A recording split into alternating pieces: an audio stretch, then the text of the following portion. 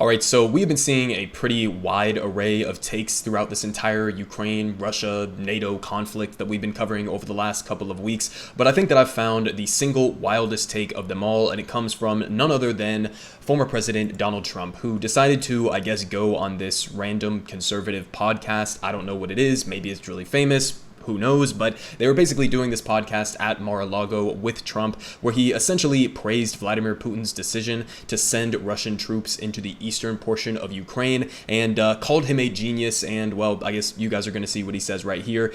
Pretty wild shit. So let's just go ahead and listen to the former and potential future President Donald Trump give his take on this entire situation. Mr. President, in the last 24 hours, we know Russia has said that they are recognizing two breakaway regions of Ukraine.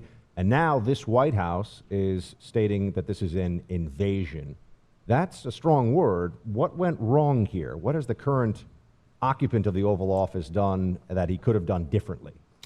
Well, what went wrong was a rigged election. And what went wrong is a candidate that shouldn't be there and a man that has no concept of what he's doing. I went in yesterday and there was a television screen and I said, this is genius. Putin declares a big portion of the Ukraine. Putin declares it as independent. Oh, that's wonderful. So Putin is now saying it's independent, a large section of Ukraine. I said, how smart is that? And he's going to go in and be a peacekeeper. That's the strongest peace force. We could use that on our southern border. That's the strongest peace force I've ever seen. There were more army tanks than I've ever seen. They're going to keep peace all right. No, but think of it. Here's a guy who's very savvy. I know him very well, very, very well. By the way, this never would have happened with us. Had I been in office, not even thinkable. This would never have happened. But here's a guy that says, I'm going to declare a big portion of Ukraine independent. He used the word independent. And we're going to go out and we're going to go in and we're going to help keep peace. You got to say that's pretty savvy. And you know what the response was from Biden? There was no response. They didn't have one for that.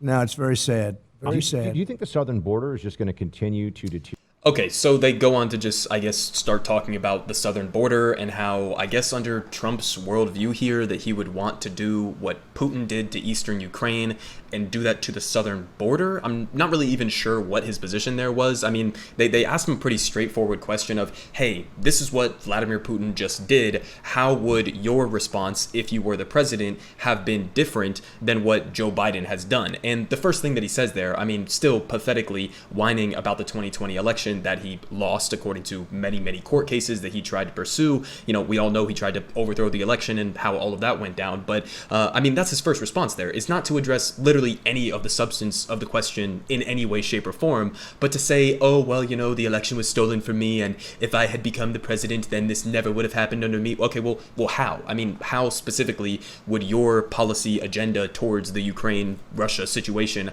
have differed from what Joe Biden is doing right now? He doesn't even address that at all. He just starts talking about the southern border and how I guess he wants to send troops down there to occupy and take over portions of Mexico, I guess, is the conclusion of what he just said there. But again, I'd be interested to see him pressed on exactly what he would have done differently. Would you have been more hawkish? Would you have, levied harsher sanctions? Would you have done it earlier? Would you have, taken a more, a less hawkish approach? Would you have, maybe taken the potential of a NATO membership for Ukraine off the table? Would you have immediately axed the Nord Stream 2 pipeline or whatever it may be? What were the actual, policy differences between you and Biden? He doesn't provide literally any of that, so we kind of just have to guess. And listen, you don't really need to do all of the in-depth analysis because this isn't shit that Trump thinks about, okay? Let's be honest. He doesn't think about this shit at all. He just goes out there, he sees Vladimir Putin, big, strong man, leader type of guy, right? A dictator who doesn't really have to deal with the types of criticisms that Trump gets on a regular basis from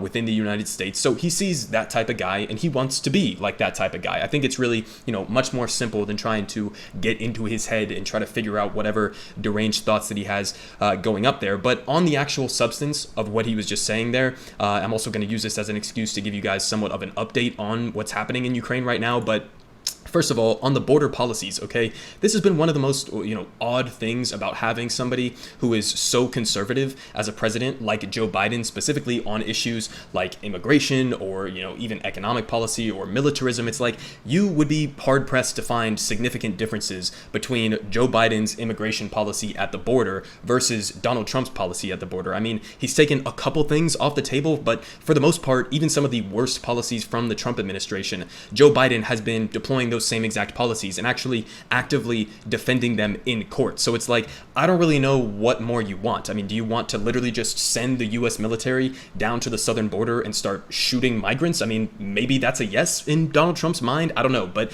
you couldn't really get more stringent than and violent than what Joe Biden is doing right now at the border. So not really sure what his complaint is on that front, or again, what his complaint is specifically about what Joe Biden has done surrounding Ukraine. I have many criticisms of how he's handled this. I think that the U.S. State Department and the U.S. media were significantly escalatory in the rhetoric that they were using, in their ability to just shovel out and regurgitate whatever claims the State Department was making, even though they got multiple different instances of when and how the invasion would look and take place. Multiple times they got those wrong. Multiple times we had Ukrainian officials begging us to calm the rhetoric down and aggressively push for diplomacy, but we never really took that route as much as we possibly could. So there are definitely critiques that you could levy at how Joe Biden has handled this. And again, if he does put forward sanctions that are overly aggressive or that harm innocent Russian civilians, I'll be the first one to come out here and criticize him for that. But Donald Trump doesn't mention any of that, again, because these are not things that he thinks about or even is necessarily capable of thinking about. So just to give you a little bit of an update, we don't really have much on this front in terms of any direct conflict between Ukrainian security forces that are going to be around this area right here, the slightly less darkened area, which is where the Ukrainian security forces have been stationed for years now. Then you have this front line, the line of contact down here, which is where most of the fighting has been between those security forces and the Russian separatists over here. So this is basically the area where Russia moved their troops into. Whether or not you want to call that an invasion, that was another part that they asked the question, right? They framed the entire question to Trump as Biden is calling this an invasion. Is that, too much of a stretch? There's a conversation to be had about that, mostly because if they do call this a full-scale invasion, then they would have to levy much heftier sanctions against Russia, and it's not clear whether or not Biden wants to do that yet. So we're still waiting on a lot of that information, but whether or not you want to call it an invasion, I guess, could be up in the air. It seems pretty straightforward to me. This is Ukrainian territory,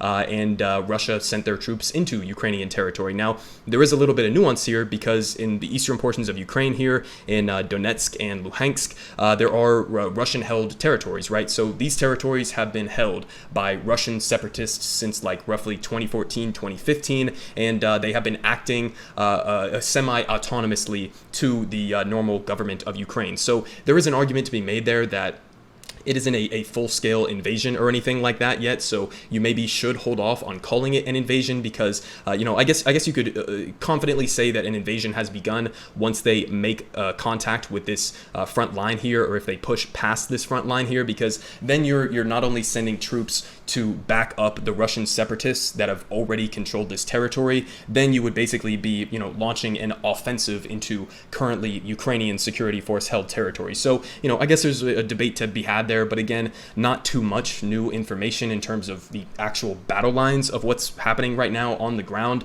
But we also have some other updates on energy policy that were kind of interesting and pretty big news here. The Nord Stream 2 pipeline is essentially shelved for now. That was the pipeline that was going to go from Russia to deliver gas and oil to Germany. And that's been completely shelved for right now. Big hit to the Russian economy. Also, it appears like the entirety of the EU is going to be unveiling a strategy to break free from Russian gas after decades of dependence. So, it seems like there's somewhat of a bit of a reorientation here, and maybe this is part of the reason why the U.S. State Department, the Biden administration have been, full force steaming ahead with trying to, make Putin seem as villainous as possible and Russia as unstable and unpredictable as possible, even though, yes, of course, what Putin is doing is offensive and imperialist and terrible, but this is also a component of this, is who is going to be the winner of this inevitable reality, the United States, because we are going to be the ones who step in to fill this gap to then sell our natural gas to Europe. So we are going to be profiting from the fact that Russia is becoming more of a pariah and seen as unreliable on the world stage. So take with that what you will. I'm just pointing out the facts that seems like there's a little bit of a reorientation that is happening right now, justified or not. I'll leave that up to you guys to decide. Now, we also got some new information that I think is pretty interesting on how Americans are feeling right now relative to how the U.S. should be acting in this entire situation. So this is new data that we just got from the AP and NORC, who say, how big of a role should the United States have in the situation between Russia and Ukraine? And you can see here, I mean, the American people overwhelmingly, only 26% of them want the United States to play a major role. 72% want us to play either a minor role or no role at all. So basically, at the end of the day, I mean, what could Joe Biden have done better? There are multiple different things that I've just talked about in this video. I think he could have done better. There's plenty of other, valid critiques to have, but Donald Trump does not have any of those critiques, okay? His brain is melted. He has no actual